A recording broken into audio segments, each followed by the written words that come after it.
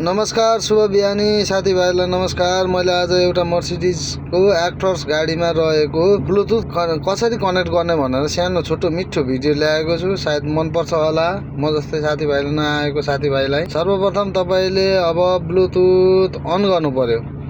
हेर्नुहोस्, त्यसमा यो ब्लुटुथ लेखेको एउटा यो स्टिकर, सानो स्टिकर हुनुपर्छ। यो पुरानो मोडलहरूमा आउँछ। अनि सर्वप्रथम यसलाई पावर बटन थिचेर अन गर्नु पर्यो। हेर्नुहोस्, बिटी अडियो निकाल्नुहोस्।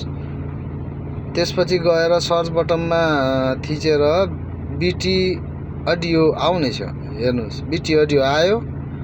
अब तपाईँले त्यति गरिसकेपछि मेनुमा आउनुहोस्। मेनु स्विचमा मेनु थिच्नुहोस्।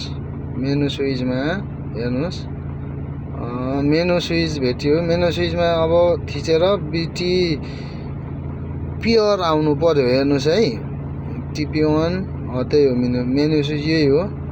अब बिटी प्योर आउँछ। हेर्नुहोस्, मिक्स दियो बिटी प्योर।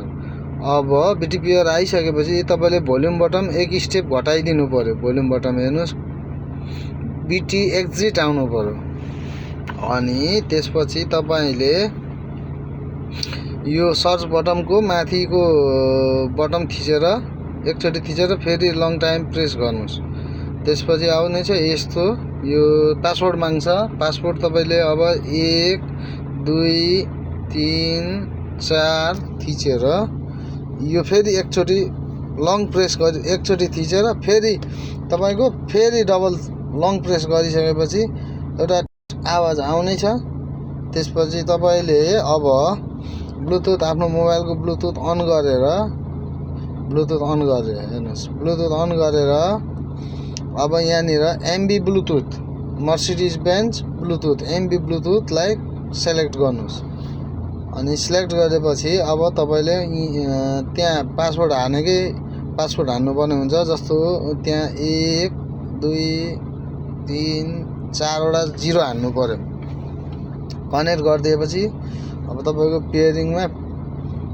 पेयरिङ कनेक्टिङ हुँदैछ। यहाँ मोबाइलमा कनेक्ट भयो। अब ब्लुटुथ गाडीमा पनि, गाडीको ब्लुटुथमा पनि कनेक्टिङ हुँदैछ। म्युजिक प्योर ओके आयो। अब वेट, अब तपाईँले कनेक्ट भइसक्यो। अब तपाईँलाई युट्युबबाट गाना बजाउन सकिन्छ सजिलै। हेर्नुहोस्, अब युट्युबबाट गाना बज्यो।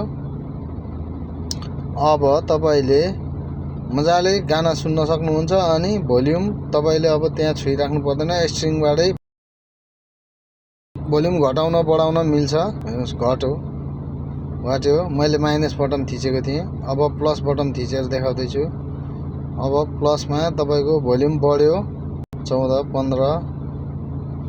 अब तपाईँले फोन पनि यहीँबाट रिसिभ गर्न सक्नुहुन्छ। यसले रिसिभ हुन्छ, यसले फोन काट्न सकिन्छ। हरेक कुरो मोबाइलमै स्ट्रिङमै भएकोले सजिलो छ। आशा छ हजुरहरूलाई भिडियो मन पर्यो भनेर। अनि तपाईँहरूले लाइक, सेयर, कमेन्ट अनि सब्सक्राइब पनि गरिदिनु होला मेरो युट्युब च्यानललाई। धन्यवाद।